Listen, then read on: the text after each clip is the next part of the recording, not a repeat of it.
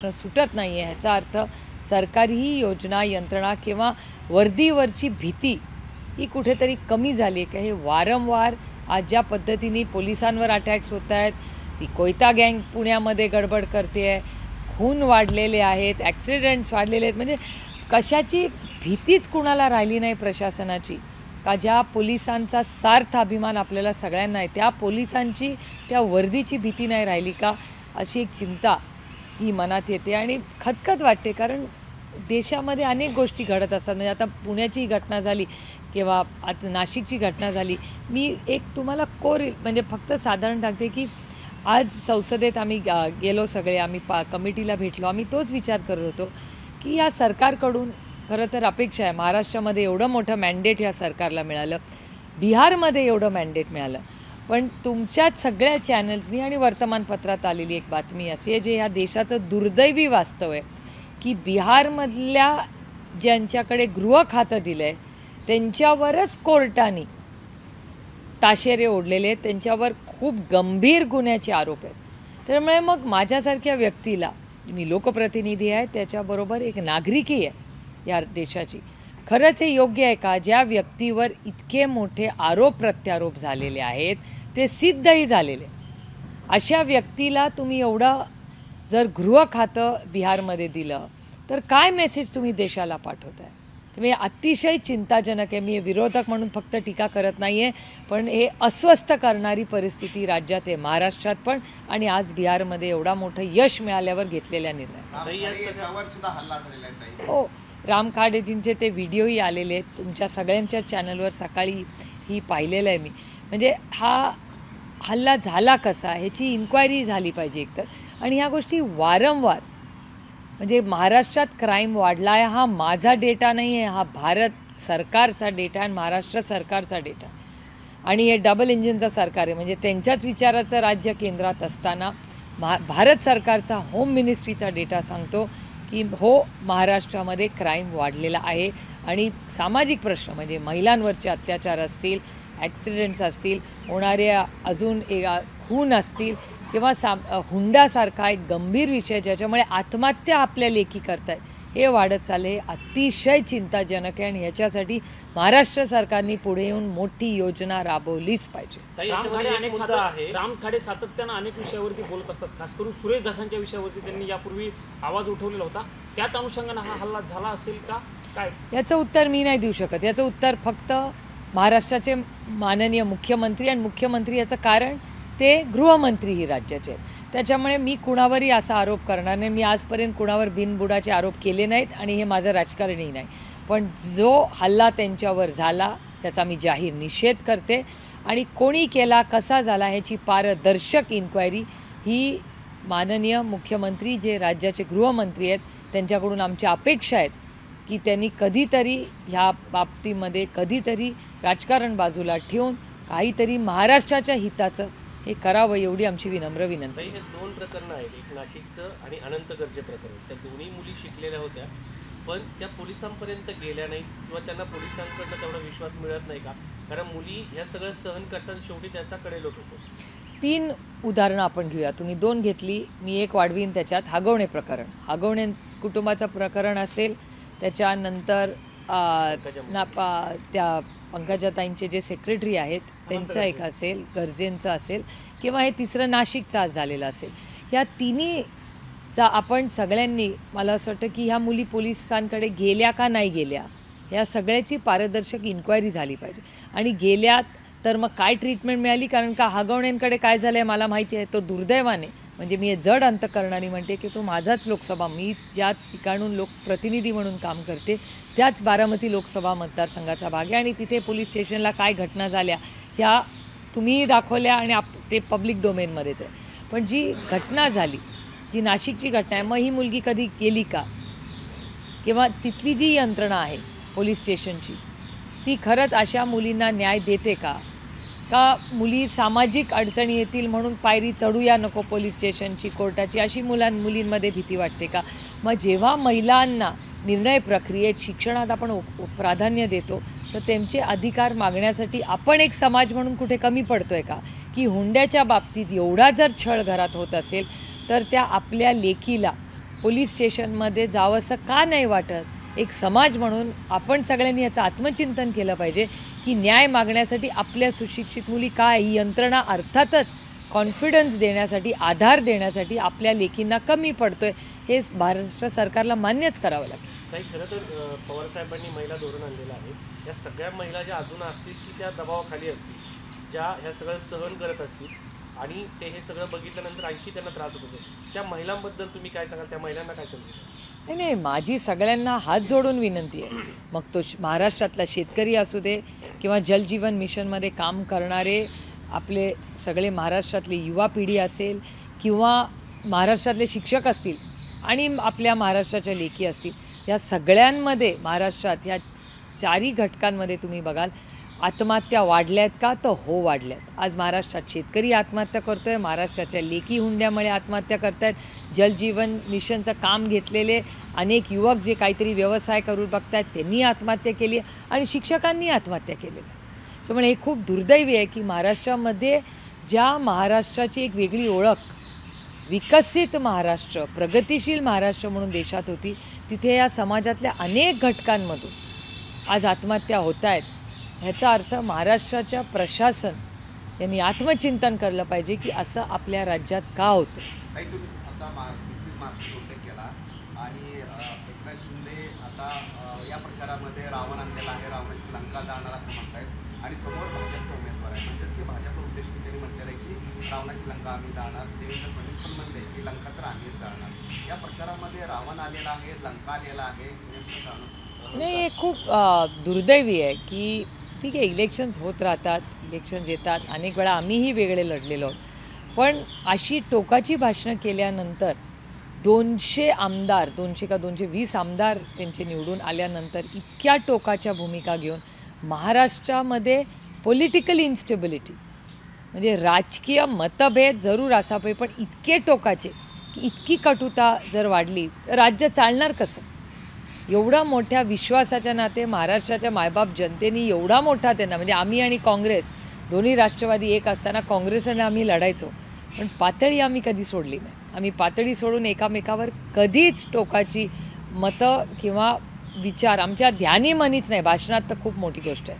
अशी परिस्थिती असताना ज्या टोकाची भूमिका आज महाराष्ट्रात येते ही महाराष्ट्राच्या राजकारणासाठी, समाजकारणासाठी आणि सगळ्यात महत्त्वाचं महाराष्ट्राच्या विकासासाठी हे घातक आहे. ताई, स्थानिक स्वराज्य संस्थांच्या निवडणुका सुरू आहे, पण दरम्यान काल एक घटना पाहायला मिळाली.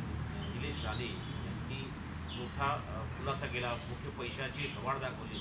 त्यावर अजून F I R Facebook live केलं त्यांनी आणि त्याच्यावरती भाजप टीका करते. असं काय घडलं नाही? दोन गोष्टी आहेत. एक तर एवढी कॅश आली कुठून, पहिली त्याची इन्क्वायरी झाली पाहिजे. कारण डिमॉनिटायझेशन, नोटबंदीचा कायदा ह्याच भारतीय जनता पक्षाच्या सरकारने आणला. काळा पैसा आम्ही पूर्णपणे या देशातून हद्दपार करू आणि बाहेर जो काळा पैसा आहे तो भारतात आम्ही आणू. हे आपण सगळ्यांनी हेच ऐकून या देशातल्या लोकांनी या सरकारवर विश्वास ठेवून त्यांना मतदान केलं. चांगली गोष्ट आहे, स्वागत आहे. जर देशामध्ये चांगल्या गोष्टी होत असतील तर चांगल्या गोष्टींना चांगलं म्हणलंच पाहिजे. पण हे करत असताना ज्या पद्धतीने आरोप प्रत्यारोप लोकांना केले, वॉशिंग मशीन आपण सगळ्यांनी पाहिले, ज्यांच्यावर भारतीय जनता पक्षाने आरोप केले ते सगळे लोक आज भारतीय जनता पक्षाच्या नेतृत्वात आहेत. हा पहिला मुद्दा. त्याच्याचबरोबर एवढी कॅश आली कुठून, म्हणजे हे पहिलं नाही आहे उदाहरण. तुम्हाला आठवत असेल एकनाथ शिंदे साहेबांचे एक वरिष्ठ मंत्री आहेत, तो व्हिडिओ तर मी तुमच्या चॅनलवर, तुमच्या सगळ्या चॅनल्सनी दाखवला, ते त्यांच्या बेडवर बसले होते आणि एवढी मोठी कॅशची बॅग त्यांच्या घरामध्ये होती आणि ते काहीतरी बोलत होते. तो व्हिडिओ संपूर्ण महाराष्ट्राने आणि देशाने, एवढा कॅश येतो कुठून? जर नोटबंदी झाली तर एवढ्या नोटा आल्या कुठून? याचं उत्तर महाराष्ट्र सरकारने भारत सरकारलाही द्यायला लागेल. आणि मला काळजी अशी आहे की हा इश्यू मी संसदेत 1 तारखेला निर्मलाजींच्या निदर्शनात आणून देणार आहे. कारण का निर्मलाजींनाही काळजी वाटेल ना की आम्ही इथे नोटबंदी करतोय, नोटा कमी होत आहेत आम्ही म्हणतोय, मग एवढा कॅश हा काळाच पैसा असणार ना. आणि जर सत्तेमधलेच लोक काळा पैसा पकडून देत आहेत तर मग काळा पैसा कुणाचा? याचं उत्तर द्यावं लागेल महाराष्ट्र सरकारला. आणि त्याचबरोबर हे एकामेकाच्या कुरघड्या काढताना, म्हणजे जेव्हा इलेक्शन लागलं नव्हतं तेव्हा हे सगळे एक होते, तेव्हा तो काळा पैसा होता का नव्हता? मग तेव्हा का नाही कोणी बोललं? मग इलेक्शनमध्येच कसं? मग हे सरकार नक्की चाललं आहे कसं? आणि हे सरकार कुठल्या विचारांनी चाललेलं आहे. आणि एवढा जर काळा पैसा जर फिरत असेल तर माझं म्हणणं आहे की माननीय प्रधानमंत्र्यांनी दाढी घालाव्या या सगळ्यांवर. घातल्याच पाहिजे ना. आमच्या अनिल देशमुख साहेबांकडे एक गोष्ट सापडली नाही. 109 वेळा अनिल देशमुख साहेबांवर धाड झाली, एक काय चिंधी पण नाही त्यांच्या घरात सापडली. 109 वेळा धाड झाली.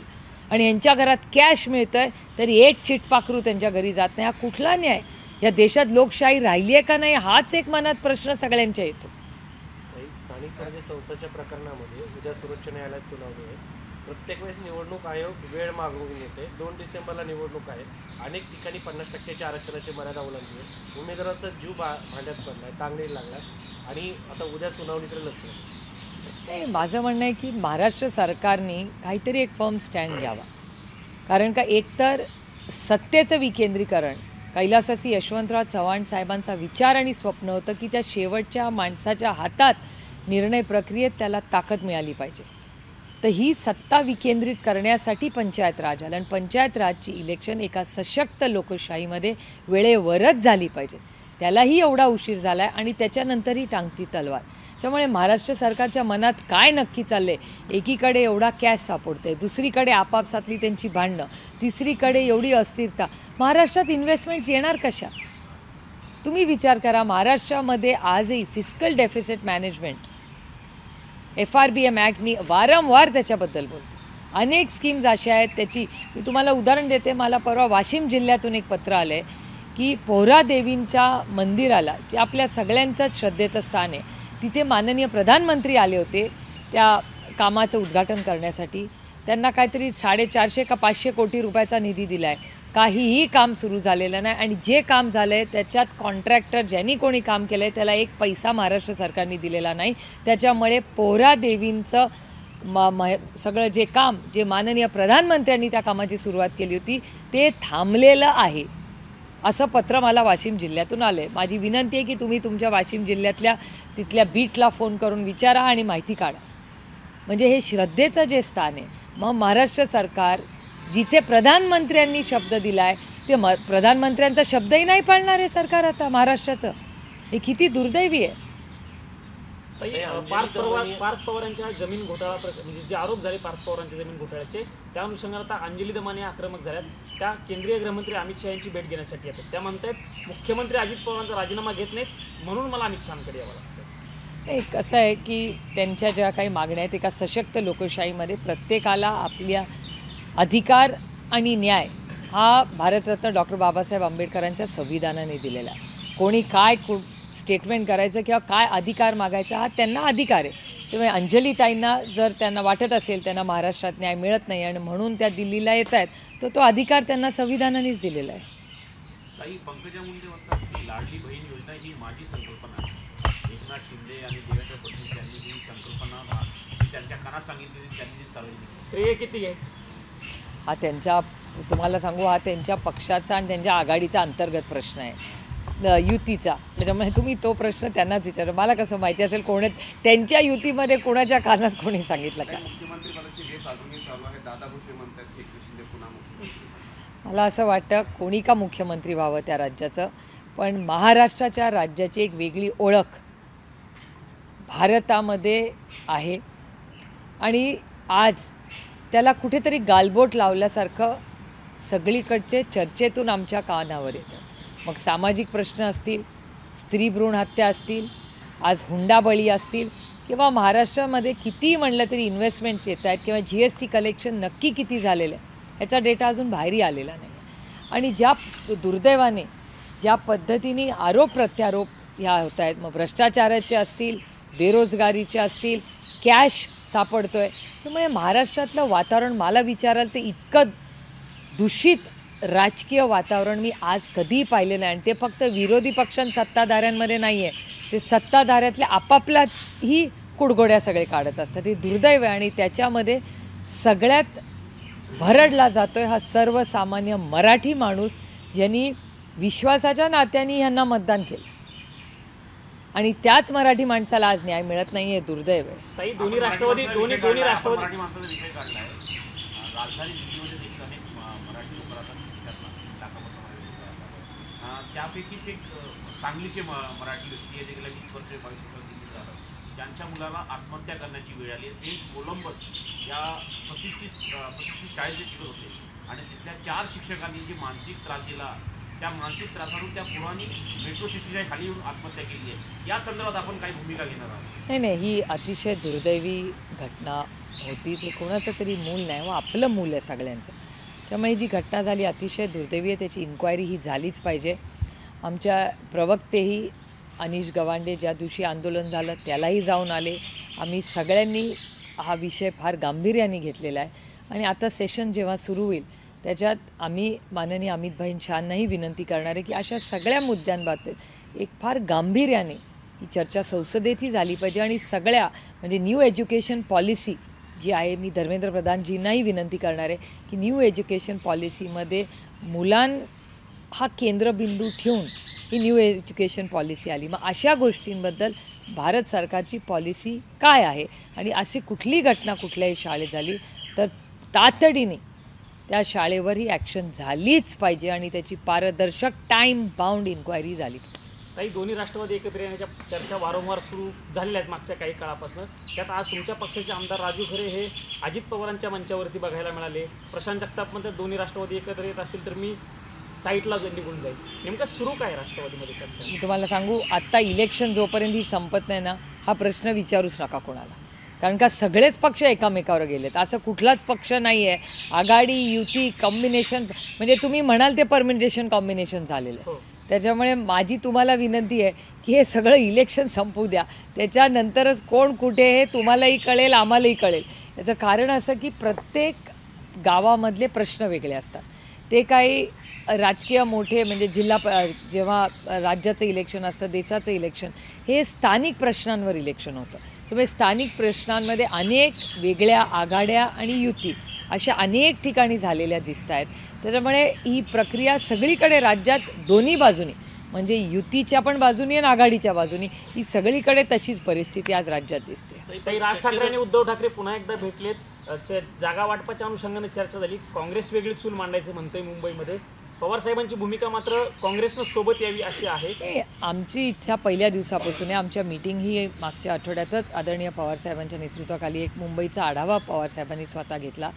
त्याच्यामध्ये आमचे मुंबईकरांचं सगळ्यांचं म्हणणं आहे की महाविकास आघाडीमध्ये आपण सगळ्यांनी एकत्र राहिलं पाहिजे आणि त्या भूमिकेनंतर परत आमची काय आठवडाभरात चर्चा झाली नाही. कारण का बाकीची इलेक्शन झाली आहेत. त्याच्यातून बातमी आली की इलेक्शन पुढे ढकलतील का नाही अशी एक टांगती तलवार जी कोर्टात एक आहे. त्याच्यामुळे खरं तर आज आम्ही मोठे जे म्युन्सिपल कॉर्पोरेशन्स आहेत किंवा जिल्हा परिषद याच्या बाबतीत काहीच आत्ता निर्णय नाही. आत्ता जी इलेक्शन चालली आहेत ती स्थानिक लेवलची चाललेली आहेत. ती 1-2 तारखेला 3 तारखेला पूर्ण होतील अशी अपेक्षा करूया आणि त्याच्यानंतरच जिल्हा परिषद आणि म्युन्सिपल कॉर्पोरेशनचं काय नक्की होतं हे आपल्याला खरं तर उद्याच कळेल. त्याच्यानंतर पुढचं ठरवू. नाही, शक्यतो पूर्वी ग्रामपंचायत, नगरपंचायत, नगर परिषदामध्ये मोठे नेते जायचे नाही, स्थानिक लेवलवर निवडणुका व्हायच्या, त्यामुळे इतकी कटुता येत नव्हती. आता ह्या सभांना म्हणजे मोठमोठे नेते जशी लोकसभा विधानसभाची निवडणूक असते तशाच सभा होत आहेत.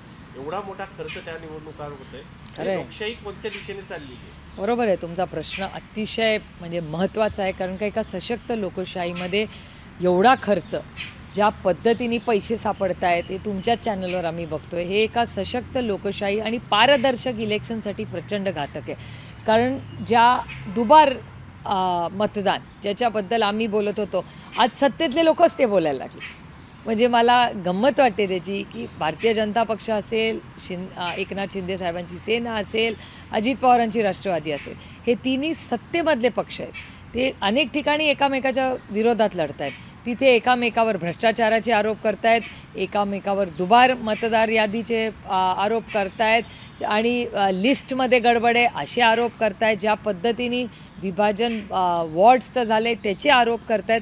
त्यामुळे मला आश्चर्य वाटते जे विरोधी पक्ष कालपर्यंत बोलत होतं तेच आज सत्तेतले तिन्ही पक्ष बोलत आहेत. त्यामुळे महाराष्ट्रामध्ये नक्की चाललं आहे काय किंवा महाराष्ट्रामध्ये खरंच लोकशाही पद्धतीने इलेक्शन्स होत आहेत का, म्हणजे लोक काय बोलत आहेत किंवा ज्या पद्धतीने पैसे सापडले गेले ह्याच्याबद्दल महाराष्ट्राचं इलेक्शन कमिशन काय करतं आहे किंवा बिनविरोध अभिमानाने भारतीय जनता पक्ष म्हणत होतं की आमचे 100 लोक निवडून आले. अर्थातच काय हरकत नाही, 100 काय 200 आले तरी जर ती घटना लोकशाही पद्धतीने झाली तर ती मला मान्य आहे.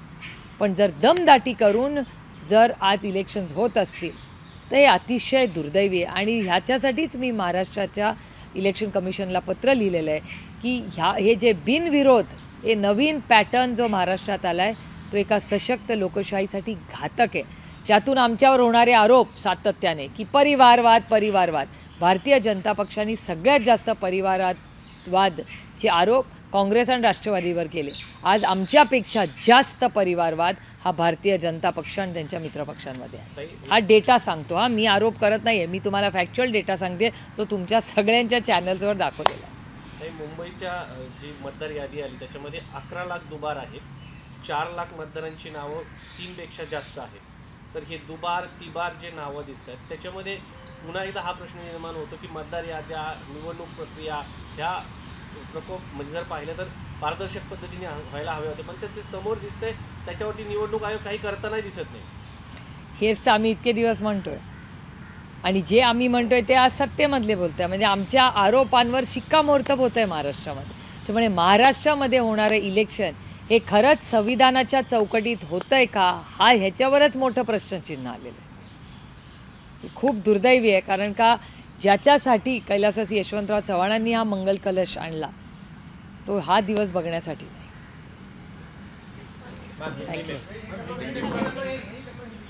हिंदी हाँ चलो रोल. तर एक बिबट्याचा प्रश्न घेऊ. हो घ्या बिबट्याचा आहेच. 21 बिबटे पिंजऱ्यात सापडले, पण आता ते सोडायचे कुठे असा प्रश्न वन विभागासमोर आहे. नाही, 3-4 गोष्टी आहेत. माननीय गणेश नाईक साहेबांबरोबर आमच्या 2 मीटिंग झाल्या आणि ह्याचा सगळ्यात जास्त फॉलोअप महाराष्ट्रामध्ये कोण घेत असेल तर ते शिरूरचे खासदार डॉक्टर अमोल कोल्हे दादा आहेत. आणि सातत्याने त्यांनी त्यांच्याशीही चर्चा सविस्तर केली आहे नाईक साहेबांबरोबर. आणि भूपेंदर यादवजींशीही आम्ही दिल्लीत त्याचा फॉलोअप करतो आहे. त्याच्यात अमोलदादा स्वतःच त्याच्यात लक्ष घालत आहेत. आणि हा प्रश्न आता फक्त अमोलदादांच्या मतदारसंघात सीमित किंवा पुणे जिल्ह्यात नाही, पण नागपूरला बघा तुम्ही, नाशिकला बघा, सगळीकडेच मोठा प्रश्न. म्हणजे मला आश्चर्य वाटलं की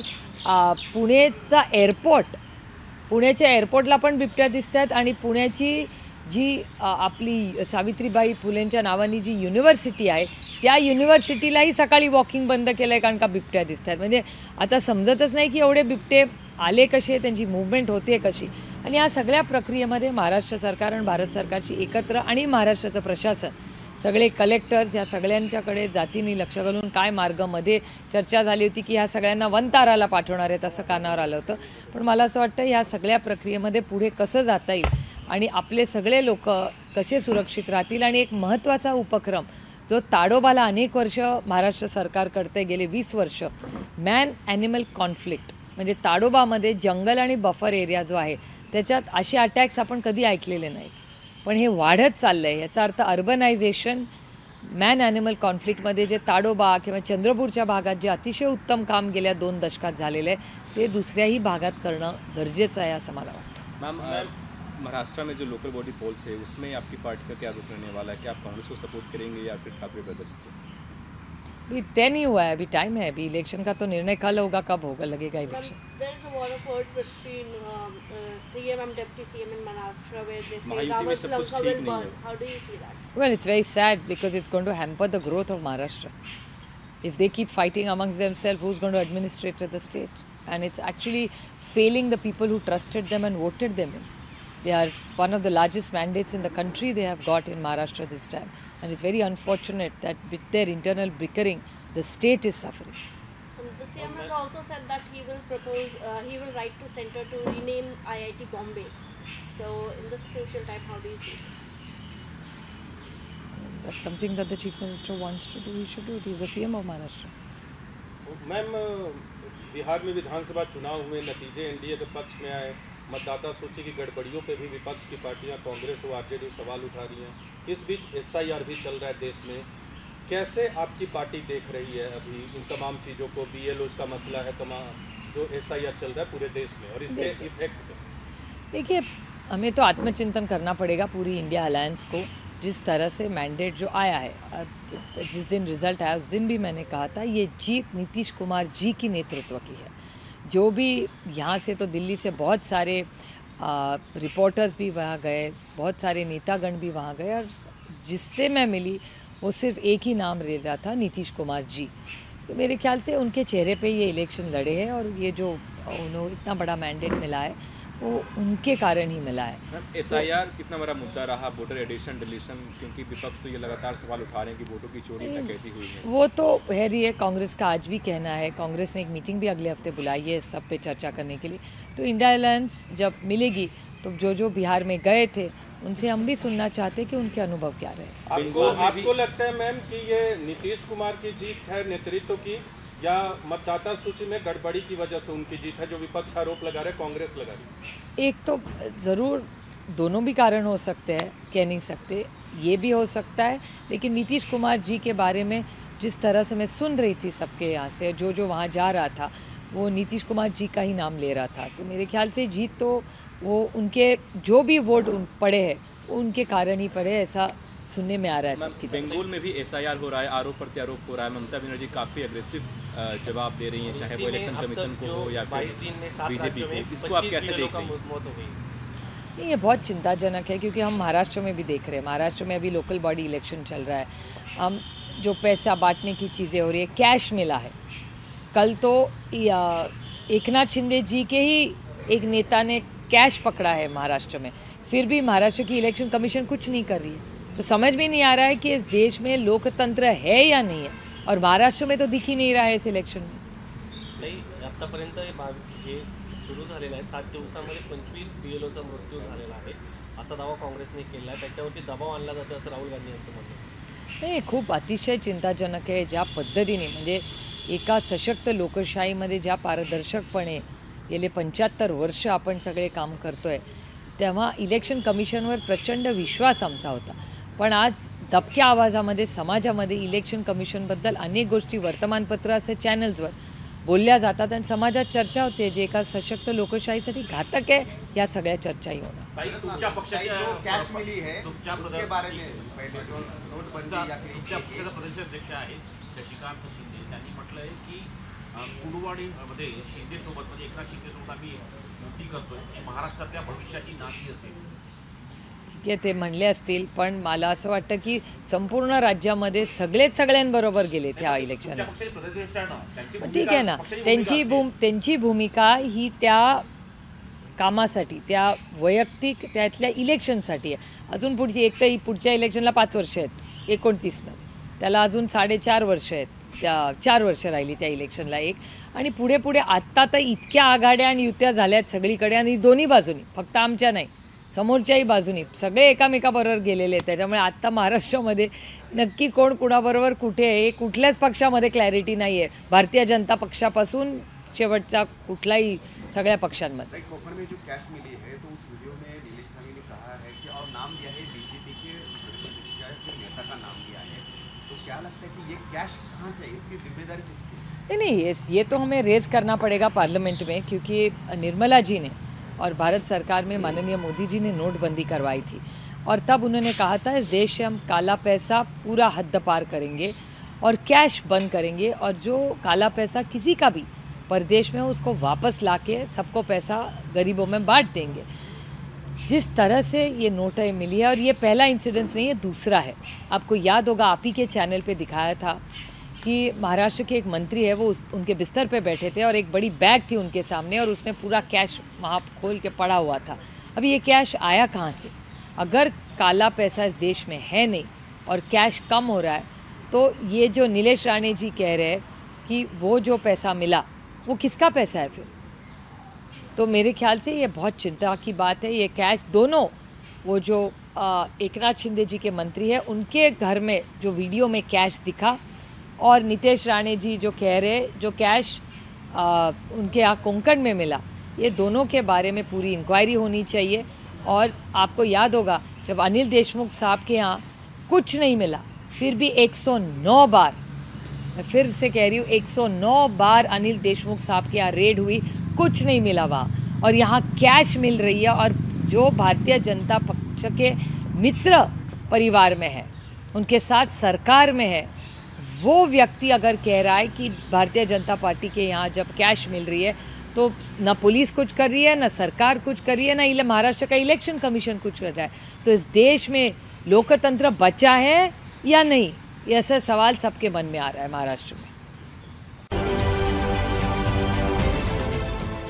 देश विदेशातील प्रत्येक घडामोडींचे लाईव्ह अपडेट मिळवण्यासाठी आता साम टीव्हीच्या सर्व सोशल मीडिया प्लॅटफॉर्मला लाईक, फॉलो आणि सबस्क्राईब करा। तसंच सर्व नोटिफिकेशनसाठी बेल आयकॉन प्रेस करायला विसरू नका।